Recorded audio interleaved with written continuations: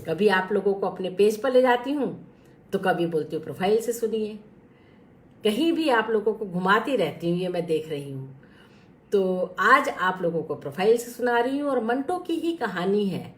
ये मंटो पर मेरी तीसरी कहानी है और मुझे उम्मीद है कि आप लोगों को मंटो को सुनना बहुत अच्छा लग रहा होगा। एक सज्जन या देवी आ गए हैं, उनको मेरा नमस्ते, उनको मेरी नमस्ते। और इंतज़ार कर रही हूँ कि थोड़ी सी देर हो गई है लेकिन फिर भी इंतज़ार है कि आप लोग आएंगे और कहानी सुनेंगे। तो आज की कहानी है 5 दिन। इस कहानी को सुनाने से पहले, शुरू से सुनाने से पहले मैं 1-2 वाक्य इस कहानी से पढ़ना चाहती हूँ जिससे कि समझ में आ जाए कि कैरेक्टर क्या कहना चाहती है। दिल की एक जायज़ ख्वाहिश की मौत बहुत बड़ी चीज़ है। मृत्यु से भी बड़ी चीज़ है दिल की एक जायज़ ख्वाहिश की मौत। इंसान को मारना कुछ नहीं, लेकिन उसकी फितरत को हलाक करना बहुत बड़ा जुर्म है। अब्दुल जी नमस्कार, सभी लोगों को नमस्कार। और इन पंक्तियों के बाद हम पढ़ते हैं कहानी 5 दिन मंटो की कहानी। ये कहानी मैं दस्तावेज से पढ़ रही हूँ। देखिए, जम्मू तवी के रास्ते। हेलो वंदना, हेलो माला जी आ गई हैं। वाह वाह, माला जी इस समय दुबई से देख रही हैं। चंद्र गुरंग नमस्ते। जम्मू तवी के रास्ते कश्मीर जाइए तो खुद के आगे एक छोटा सा पहाड़ी गांव बटौत आता है। बड़ी पुरफजा जगह है। यहाँ दिक के मरीजों के लिए एक छोटा सा सैनिटोरियम है। दिक माने तपेदिक, टीबी। यूं तो आज से 8-9 बरस पहले मैं बटौत में पूरे 3 महीने गुजार चुका हूँ और इस सेहत अफजा मकाम से मेरी जवानी का एक नापुख्ता रोमान भी वाबस्ता है। यानी कि उससे संबंधित एक रोमान, एक रोमांटिक घटना। मगर इस कहानी से मेरी किसी भी कमजोरी का, यानी कि रोमान भी कमजोरी कह रहे हैं हमारे किस्सा को, कमजोरी का कोई ताल्लुक नहीं। 6-7 महीने हुए मुझे बटौत में अपने एक दोस्त की बीबी को देखने जाना पड़ा, जो वहां सैनिटोरियम में जिंदगी की आखिरी सांसें ले रही थी। मेरे वहां पहुंचते ही एक मरीज चल बसा और बेचारी पद्मा की सांस, यानी मेरे दोस्त की पत्नी पद्मा की सांस, जो पहले ही उखड़े हुए थे और भी गैर यकीनी हो गए। उन पर यकीन जाता रहा कि कितने दिनों तक ये, कितनी देर तक, दिन क्या कितनी देर तक यह सांस चलती है। आप लोग जानते हैं कि तपेदिक की कैसी बीमारी होती थी और कितने कितने लोग उसमें मर जाते थे। जिनके पास कुछ पैसा होता था वो सैनिटोरियम में जाते थे, कुछ और दिन जी लेते थे खांसते खांसते। मैं कह नहीं सकता कि वजह क्या थी, लेकिन मेरा ख्याल है कि यह महज इत्तेफाक था कि 4 रोज के अंदर अंदर उस छोटे से सैनिटोरियम में 3 मरीज ऊपर तले मर गए। जो ही कोई बिस्तर खाली होता या तीमारदारी करते करते थके हुए इंसानों की थकी हुई चीख पुकार उठती तो सारे सैनिटोरियम पर एक अजीब किस्म की खाकिस्तरी, यानी कि धूमिल निराशा छा जाती और वह मरीज जो उम्मीद के पतले धागे के साथ चिपटे हुए थे, निराशा की अथाह गहराइयों में, यास की अथाह गहराइयों में डूब जाते थे, निराश हो जाते थे। मेरे दोस्त की बीबी पद्मा तो बिल्कुल दमबख्तर हो जाती। उसके पतले होठों पर मौत की जर्दियां कांपने लगती और उसकी गहरी आंखों में एक निहायत ही रहमंगेज ऐसा भाव पैदा हो जाता, एक खौफजदा क्यों और एक डरपोक नहीं, मैं मरना नहीं चाहती, मैं मरना नहीं चाहती। इसका डर। तीसरे मरीज की मौत के बाद मैं बाहर बरामदे में बैठकर जिंदगी और मौत के मुतालिक सोचने लगा। सैनिटोरियम एक मर्तबान सा लगता है, मर्तबान, जिसमें मरीज प्याज की तरह सिरके में डूबे हुए हैं। जैसे आप सिरके में प्याज डुबाते हैं, वैसे मरीज डूबे हुए हैं। एक कांटा आता है और जो प्याज अच्छी तरह गल गया है उसे ढूंढता है और निकाल ले जाता है। कितनी मज़हका खेज यानी हास्यास्पद तशबीह उपमा, कितनी हास्यास्पद उपमा है प्याज और मर्तबान की। लेकिन जाने क्यों बार बार यही तशबीह यानी उपमा मेरे जहन में आई और मैं इससे ज़्यादा कुछ सोच ही ना सका कि मौत एक बहुत ही भौंडी चीज़ है। आप अच्छे भले जी रहे हैं, फिर एक मर्ज कहीं से आन चिपटता है और आप मर जाते हैं। यदि कहानी की नज़र से देखी जाए तो जिंदगी की कहानी का यह अंजाम कुछ चुस्त मालूम होता है। कहानी में तो हम बुनते हैं, फिर कहानी जाके खत्म होती है, लेकिन जिंदगी की कहानी तो चुस्त है। कोई मर्ज लगा और आप मरे। बरामदे से उठकर मैं अंदर वार्ड में दाखिल हुआ। अभी मैंने 10-15 कदम ही उठाए होंगे कि पीछे से आवाज आई, दफनाए अब नंबर 22 को। मैंने मुड़कर देखा, सफेद बिस्तर पर 2 काली आंखें मुस्कुरा रही थी। दफनाए अब नंबर 22 को। वह आंखें, जैसा कि मुझे बाद में मालूम हुआ, एक बंगाली औरत की थी जो दूसरे मरीजों से बिल्कुल अलग तरीके से अपनी मौत का इंतजार कर रही थी।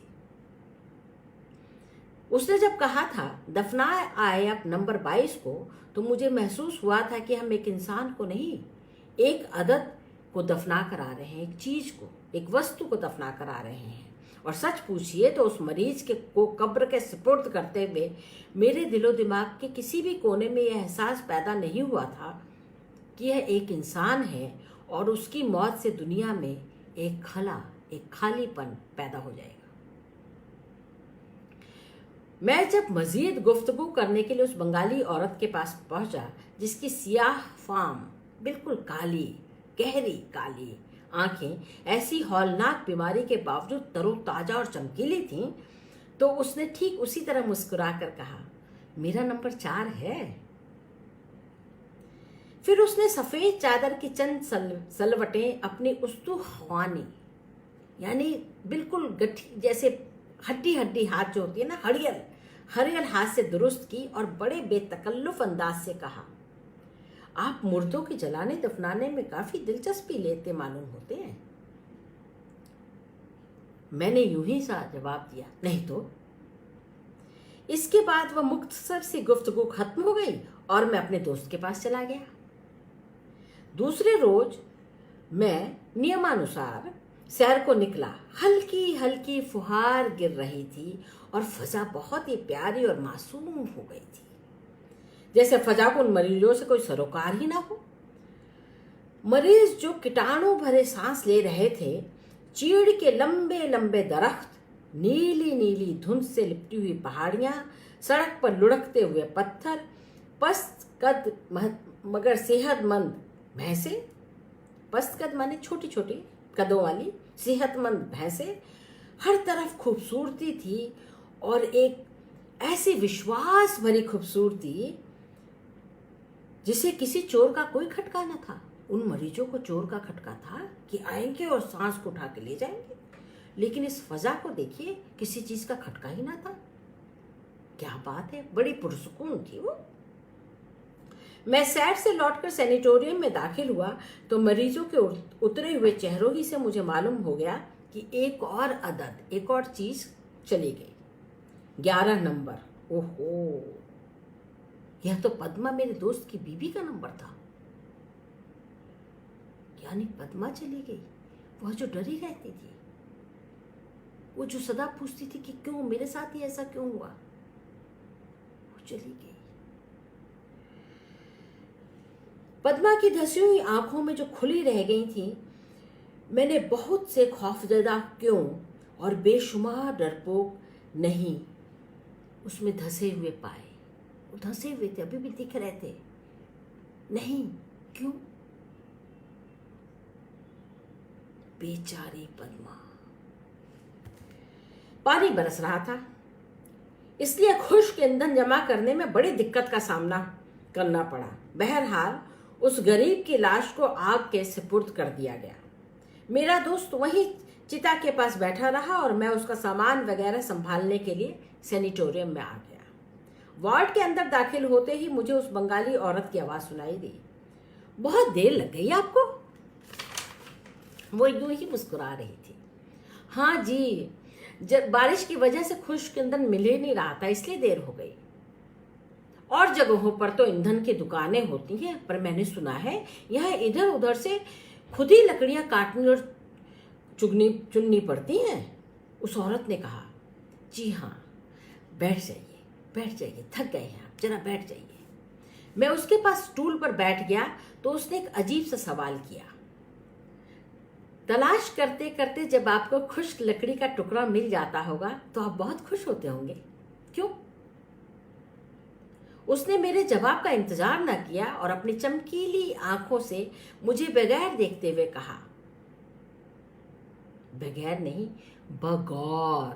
बहुत ही गौर से देखा उसने चमकीली आंखों से मुझे। मेरे को लग रहा था कि उसने देखा नहीं, लेकिन जब मैंने देखा तो बड़ी चमकीली आंखों से बहुत गौर से मुझे देख रही थी। मौत के मुतालिक आपका क्या ख्याल है? मैंने कई बार सोचा है, लेकिन कुछ समझ नहीं सका हूं।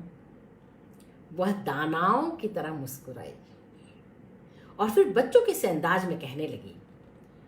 मैं कुछ समझ सकी हूं, इसलिए कि बहुत मौतें देखी हैं, इतनी कि आप शायद 1000 वर्ष में भी जिंदा रहकर ना देख सकें। मैं बंगाल की रहने वाली हूं, जहां का एक कहत आजकल बहुत मशहूर है। कहत माने अकाल। जहां का एक कहत आजकल बहुत मशहूर है, आपको तो पता ही होगा। लाखों आदमी वहां मर चुके हैं, बहुत सी कहानियां छप चुकी हैं, सैकड़ों मजमून लिखे जा चुके हैं। फिर भी सुना है इंसान की इस विपदा का अच्छी तरह से नक्शा नहीं खींचा जा सका है। मौत की इसी मंडी में मौत के मुतालिक मैंने कुछ सोचा है। मैंने पूछा, क्या? उसने उसी अंदाज में जवाब दिया। मैंने सोचा है कि एक आदमी का मरना मौत है, 1 लाख आदमियों का मरना तमाशा है। सच्ची, लाखों लोग मर गए उस अकाल में, तमाशा हो गया मोया। मैं सच कहती हूं, मौत का वह खौफ जो कभी मेरे दिल में हुआ करता था बिल्कुल दूर हो गया है। हर बाजार में 10-20 अर्थियां और जनाजे नजर आए तो क्या मौत का असली मतलब फौत नहीं हो जाएगा? फौत माने खात्मा, चटपट खत्म। मैं सिर्फ इतना समझ चुकी हूं कि बेतहाशा मौतों पर रोना बेकार है, बेवकूफी है। अव्वल तो इतने आदमियों का मर जाना ही सबसे बड़ी हिमाकत है। मैंने फौरन पूछा, किसकी हिमाकत? किसी की भी हो, हिमाकत हिमाकत है। एक भरे शहर पर आप ऊपर से बम गिरा दीजिए, लोग मर जाएंगे। कुआं में जहर डाल दीजिए, जो भी उनका पानी पिएगा मर जाएगा। यह काल, कहत, जंग और बीमारियां सब वाहियात हैं। इनसे मर जाना बिल्कुल ऐसा ही है जैसे ऊपर से छत आन गिरे। हाँ, लेकिन एक बात है। क्या? क्या बात कहना जा रही हैं आप? सुनो, एक बात है। दिल की एक जायज ख्वाहिश की मौत, एक जायज ख्वाहिश, सच्ची ख्वाहिश की मौत बहुत बड़ी मौत है। दिल की ख्वाहिश को नहीं मरना चाहिए, उसे तो पूरा होना चाहिए। दिल की एक जायज ख्वाहिश की मौत एक बहुत बड़ी मौत है। इंसान को मारना कुछ नहीं, लेकिन उसकी फितरत को हलाक करना बहुत बड़ा जुल्म है। यह कहकर वो कुछ देर के लिए चुप हो गई, फिर करवट बदलकर कहने लगी, मेरे ख्यालात पहले ऐसे नहीं थे। सच पूछिए तो मुझे सोचने समझने का वकूफ ही नहीं था, कोई अवसर ही नहीं मिला सोचने समझने का। लेकिन इस कहत ने, इस अकाल ने मुझे एक बिल्कुल नई दुनिया में फेंक दिया। रुककर वह एकदम मेरी तरफ देखने लगी। मैं अपनी नोटबुक में याददाश्त के तौर पर उसकी चंद बातें लिख रहा था। क्या? अच्छा, उसकी फितरत को हलाक करना बड़ा जुल्म है। यह आप क्या लिख रहे हैं? उसने पूछा। मैंने साफ गोई से काम लिया और कहा, मैं अफसाना निगार हूँ, कहानीकार हूँ। जो बातें मुझे दिलचस्प मालूम हो मैं लिख लिया करता हूँ। ओहो, आप अफसाना निगार हैं, तब तो मैं आपको अपनी पूरी कहानी सुनाऊंगी। सुनेंगे आप मेरी पूरी कहानी? बिल्कुल बिल्कुल, जरूर सुनूंगा मैं, सुनाइए तो। 3 घंटे तक वह नहीफ कमजोर आवाज में, टीबी था ना उसे, तो आवाज तो कमजोर ही होगी ना। 3 घंटे तक वो नहीफ आवाज में मुझे कहानी सुनाती रही। अब वही कहानी मैं अपने अल्फाज में बयान करता हूँ और मैं आप लोगों को सुना रही हूँ उनके मंटो के अल्फाज वाली कहानी। तो सुनिए कहानी। गैर जरूरी विस्तार में जाने की जरूरत नहीं है, बहुत उसने तो बड़ी सारी चीजें सुनाई थी, लेकिन मैं इतनी कितनी बात सुनाऊं, और फिर इतनी धीमे धीमे बोल रही थी ना, कई बातें तो सुनाई ही नहीं पड़ी मुझे, फिर भी मैं सुना रही हूँ आप लोगों को कहानी। बंगाल में जब कहत फैला यानी अकाल फैला तो लोग धड़ाधड़ मरने लगे। तो सकीना को उसके चचा ने एक ओबाश आदमी के पास 500 रुपए में बेच दिया। सचमुच में उस अकाल में लोगों ने क्या क्या नहीं खाए। अरे वो तो आदमी जैसे जानवर वार मर रहे हैं, उनके मांस भी खाने लगे थे लोग। अपनी बेटी को अपनी भतीजी को बेच देना तो आम बात थी, अपने बच्चों को बेच देना तो आम बात थी। अरे लोग मार देते थे, एक एक रोटी के टुकड़े के लिए लोग मार देते थे, चाकू चल जाते थे। कूड़े में से दाना बीन बीन के खाया था लोगों ने। लेकिन फिर भी हम कहते हैं कि अंग्रेजी राज ने तो ऐसा कुछ जुल्म ढाया ही नहीं हम पर। सचमुच में अंग्रेजी राज के इन सब अकालों के बारे में लिखे तो ये किसी, आप लोगों को सच कहूं, ये किसी जेनोसाइड से कम की बात ना होगी। तो इसी जेनोसाइड वाले समय में चचा ने सकीना को 500 रुपए बहुत होते थे, 500 रुपए में बेच दिया एक आवारा आदमी को, जो सकीना को लाहौर ले आया, कलकत्ते से लाहौर, और उसे एक होटल में ठहराकर उससे रुपया कमाने की कोशिश करने लगा। पहला आदमी जो सकीना के पास इस गरज से लाया गया एक खूबसूरत और तंदुरुस्त नौजवान था। कहत से पहले जब सकीना को रोटी कपड़े की फिक्र न थी, वह ऐसे ही नौजवान के ख्वाब देखती थी कि मेरा ऐसा ही नौजवान मेरा पति होगा, ऐसे इस नौजवान से मेरी शादी होगी। लेकिन वो तो रुपया कमाने का जरिया था ना लाहौर में। हाय यस, ये उसका शौहर होता। लेकिन किस्मत की बात है, शौहर कहाँ बनता। यहाँ सौदा किया जा रहा था और एक ऐसे काम के लिए उसे मजबूर किया जा रहा था जिसके बारे में सोच सोच करके ही वो कांप जाती थी कि हाय अब मेरा क्या होगा। एक एक रात में जाने कितने लोग आएंगे, कुछ लोग मारेंगे पीटेंगे, कुछ लोग हो सकता है सिगरेट जला दें, कुछ लोग जाने क्या करने को कहें, हो सकता है कुछ मेरे बाल नोचने लगे। हाय मेरा क्या होगा। बार बार देखिए, आज नेट भी जाना है। अब बता मौत की बात हो और नेट ना बताए कि मौत क्या होती है, तो हम मौत को समझे कैसे, कहिए। इसीलिए नेट भी हमें बता दे कि ऐसी मौत आती है और ऐसे जीवन बनता है। तो चले आगे सुने क्या हुआ। जब वह कलकत्ते से लाहौर लाई गई थी तो उसे मालूम था कि उसके साथ क्या सुलूक होने वाला है। वह बाशऊर लड़की थी और अच्छी तरह जानती थी कि चंद ही रोज में उसे एक सिक्का बनाकर जगह जगह भुनाया जाएगा।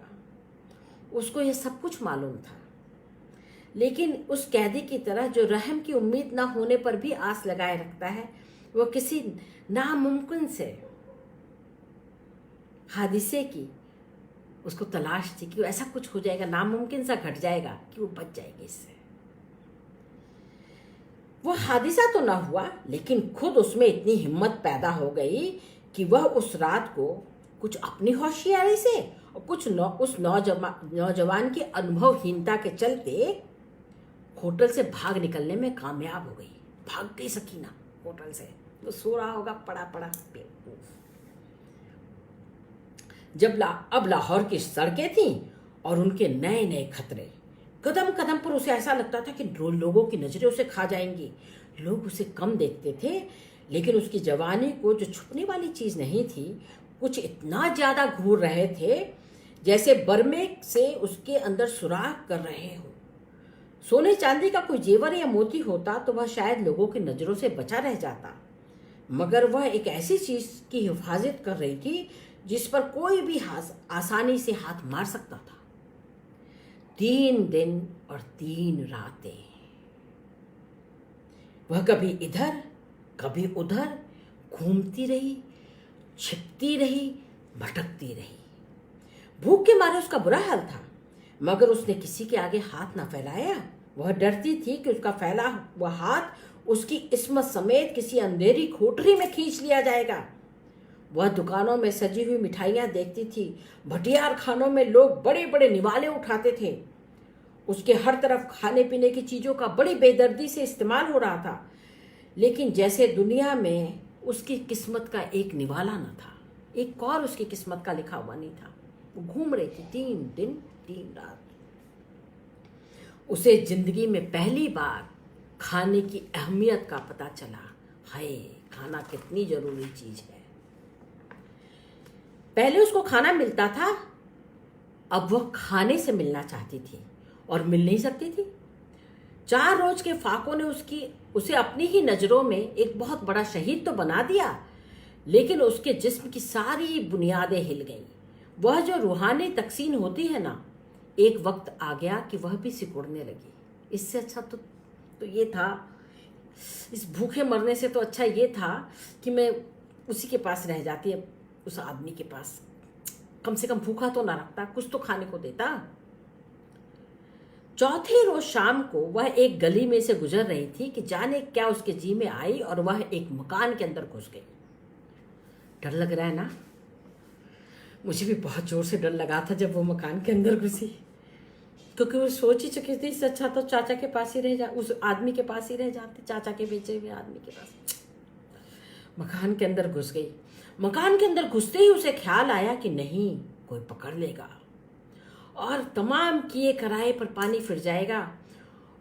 किंतु अब उसमें इतनी ताकत न थी कि वह बाहर निकल सके। सोचते सोचते वह सहन के पास तक पहुंच चुकी थी। मलगजी अंधेरे में उसने घड़ौचियों पर 2 सांप खड़े देखे और उनके साथ ही फलों से भरे हुए 2 थाल, सेब, नाशपातियां, अनार थालों में भरे हुए थे। उसने सोचा अनार तो बकवास है, सेब और नाशपातियां ठीक है। घड़े के ऊपर चपनी के बजाय तश्तरी से ढका हुआ एक प्याला रखा हुआ था। उसने तश्तरी उठाकर देखा,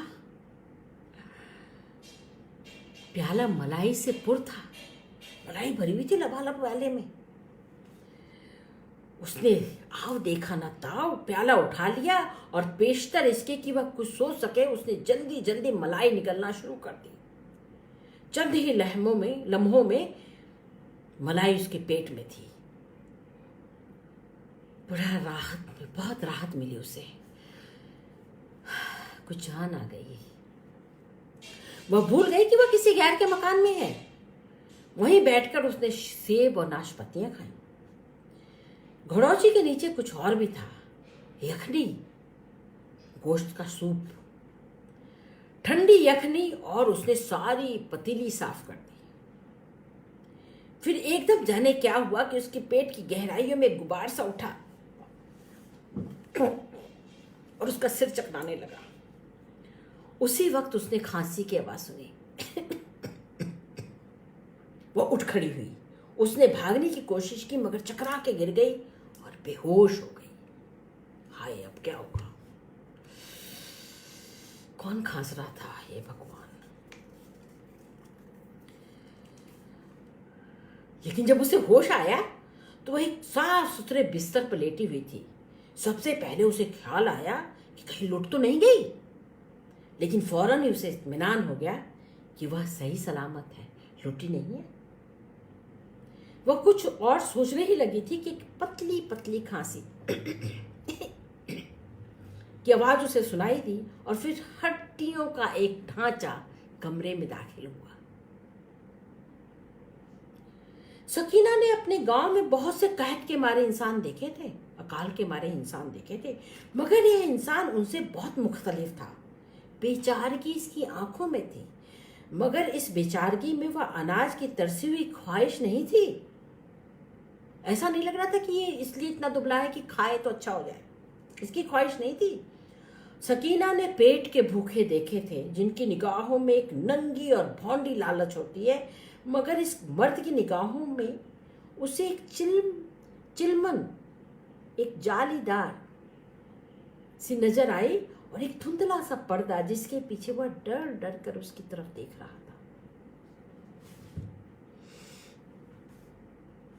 था, नजरें झुका रहा था, देख रहा था डर डर करके। खौफ ज्यादा सकीना को होना चाहिए था, लेकिन सहमा हुआ था। उसने रुक रुक कर कुछ जेबते हुए कुछ अजीब किस्म का हिजाब संकोच से सकीना से कहा, जब तुम खा रही थी ना तो मैं तुमसे कुछ दूर खड़ा था। उफ, मैंने किन मुश्किलों से अपनी खांसी रोकी रखी कि तुम आराम से खा सको और यह मैं खूबसूरत मंजर ज्यादा देर तक देख सकूं। भूख बड़ी प्यारी चीज है। एक मैं हूं जो इस नेमत से महरूम हूं। नहीं, महरूम नहीं कहना चाहिए, मैंने खुद को हलाक कर दिया है। सकीना कुछ समझ ना सकी कि ये क्या कह रहा है। उसकी बात एक पहेली थी। सकीना ने बूझने की कोशिश की तो वह एक और पहेली बन गई। इसके बावजूद सकीना को उसकी बातें अच्छी लगी। वो दूर खड़ा था और इंसानियत की नरमी थी उसमें। सकीना ने अपनी सारी आप बीती उसको सुना दी। बड़ी बचती बचाती आई हूं,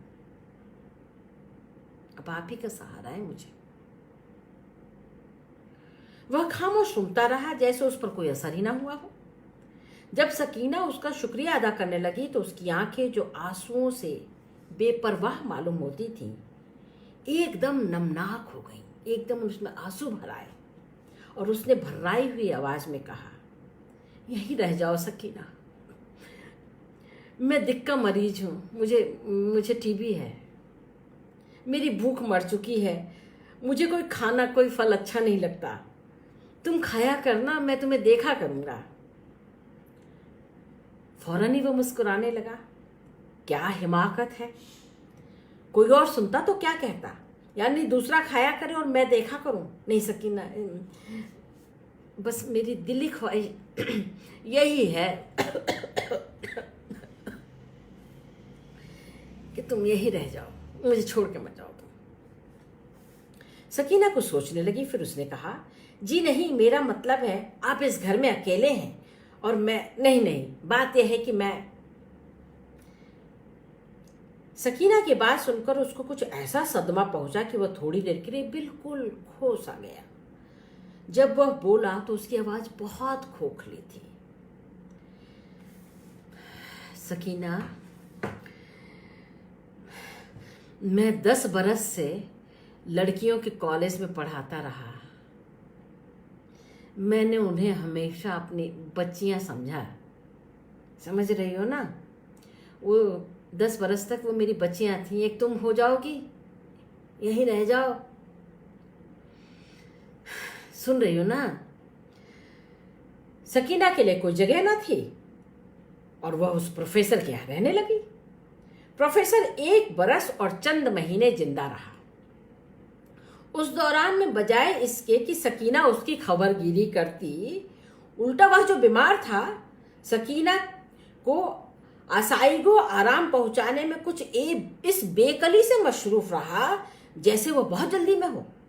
वो सकीना की सारा दिन उसकी तीमारदारी करता है, ये खाओ, ये पियो, सकीना ये पहन लो, सकीना ऐसे कर लो, सकीना चलो तुम घूम आओ थोड़ी देर बाहर, यहाँ थोड़ी देर बैठ जाओ, अच्छा कुछ गाना आता तो गाना सुना दो तुम मुझे, चलो। प्रोफेसर की तवज्जो ने सकीना को चंद महीनों में ही निखार दिया। सुंदर हो गई सकीना। फिर वह सकीना से कुछ दूर दूर रहने लगा, मगर उसकी तवज्जो में कोई फर्क ना आया। आखिरी दिनों में अचानक उसकी हालत खराब हो गई। एक रात जब सकीना उसके करीब ही सो रही थी, वह हड़बड़ा के उठ बैठा और जोर जोर से चिल्लाने लगा, सकीना, सकीना,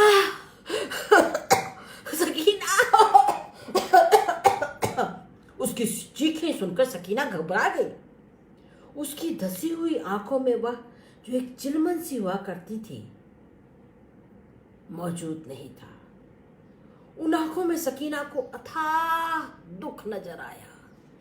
दुख से भरी हुई आंखें थी। वो नमनाक, वो आंसू जो भरे हुए आंखों से उसने देखा था, अब उसमें से दुख टपक रहा था। उसने अपने कांपते हुए हाथों से सकीना के हाथ पकड़े और कहा, सकीना, मैं मर रहा हूं।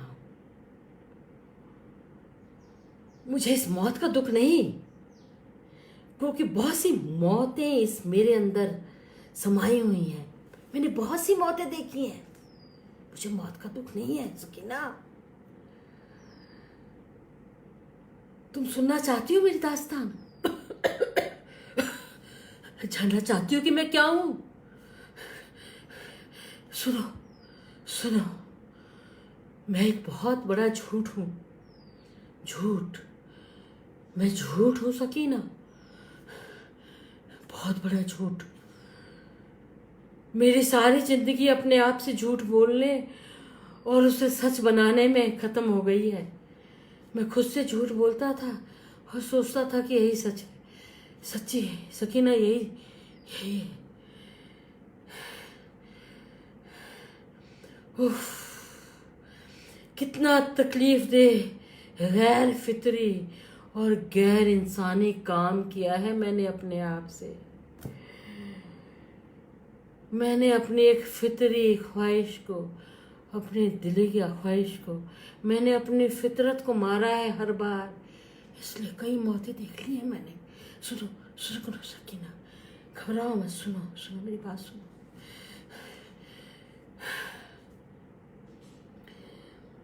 मैं सोचता था कि मैं अपने एक मसाम, एक रूम को जब बंद कर दूंगा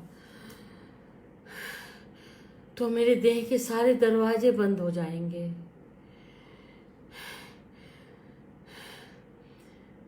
सकीना, मैं जो कह रहा हूँ ना, तुम्हें लगेगा कि मैं फलसफियाना बकवास कर रहा हूँ, लेकिन सच्ची बात यही है, यही है। सीधी बात यह है कि मैं अपना कैरेक्टर ऊंचा करता रहा और खुद इंतहाई पस्तियों की दलदल में फंसता चला गया। कैरेक्टर ऊंचा कर रहा था। मैं लड़कियों को देखता था तो कैरेक्टर ऊंचा करता था, मैं उन्हें अपनी बच्चियां कहता था, लेकिन मैं एक दलदल में फंस रहा था। दरअसल मैं अपने कैरेक्टर को ऊंचा करते हुए बच्चियां कहता था। दरअसल मैं उन्हें अपने उससे कनखियों से देखता था और सोचता था कि हाय और लड़की मुझे मिल जाए, मैं मर जाऊंगा और ये मेरा ये जो कैरेक्टर है ना, यह बेरंग फरेरा मेरी खाक पर उड़ता रहेगा, मेरी मिट्टी पर उड़ता रहेगा। और वह तमाम लड़कियां जिन्हें मैं कॉलेज में पढ़ाया करता था, जब कभी मुझे याद करेंगी तो कहेंगी कि वह फरिश्ता था जो इंसान के रूप में चला आया था। तुम भी मेरी नेकियों के बारे में कहोगी और उसको भूलोगी नहीं। लेकिन जानती हो सकीना, मेरी हकीकत यह है कि जब से तुम मेरे घर आई हो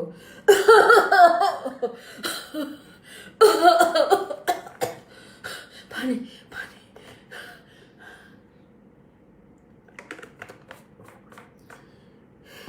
सुनो सुनो मेरी बात सुनो। जब से तुम मेरे घर में आई हो ना, एक लम्हा भी ऐसा नहीं गुजरा है कि मैंने तुम्हारी जवानी को नहीं देखा।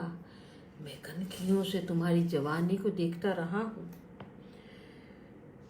मैंने तसव्वुर में, मैंने कल्पना में कई बार तुम्हें, तुम्हारे होठों को चूमा है, कई बार तुम्हें अपनी बाहों में लिया है, कई बार जाने क्या क्या किया है तुमसे। तुम्हारी छातियों पर अपना सर रखा है और हर बार मुझे इन तस्वीरों को पुर्जे चीर फाड़ना पड़ा। फिर इन पुर्जों को जलाकर मैंने अपनी राख बनाई ताकि इनका नामो निशान न बाकी रहे। काश काश मुझ में इतनी हिम्मत होती कि मैं अपने इस ऊंचे कैरेक्टर को एक लंबे बांस पर लंगूर की तरह बिठा सकता और डुगडुगी बजा करके लोगों को इकट्ठा करता और कहता, देखो देखो, अपनी आंखों से देखो और सबब हासिल करो, अरे शिक्षा हासिल करो कि कैरेक्टर इसे कहते हैं। इसके बाद वो रोने लगा, सचमुच में रोने लगा। मैंने कहा ना, किसी की फितरत को मारना और उसकी ख्वाहिशों को मारना बहुत ही, उसकी मौत वही है। मैंने प्रोफेसर को अपनी बाहों में ले लिया। 5 दिन उसके बाद वो जिंदा रहा। जानते हैं, 5 दिन जिंदा रहा। और जब वो आखिरी सांसें ले रहा था ना, सकीना बोली, खांसी का दौरा पड़ गया उसको।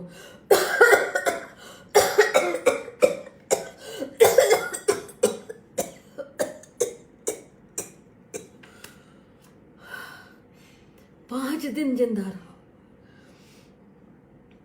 फिर उसने कहा, सकीना मैं लालची नहीं हूं, जिंदगी के ये 5 दिन मेरे लिए बहुत है। मैं तुम्हारा शुक्रगुजार हूं सकीना, ये 5 दिन मेरे लिए बहुत है। मैं तुम्हारा बहुत शुक्रगुजार हूं। तुमने मेरी ख्वाहिशें पूरी कर दी। तुमने मेरी फितरत को पहचाना सकीना।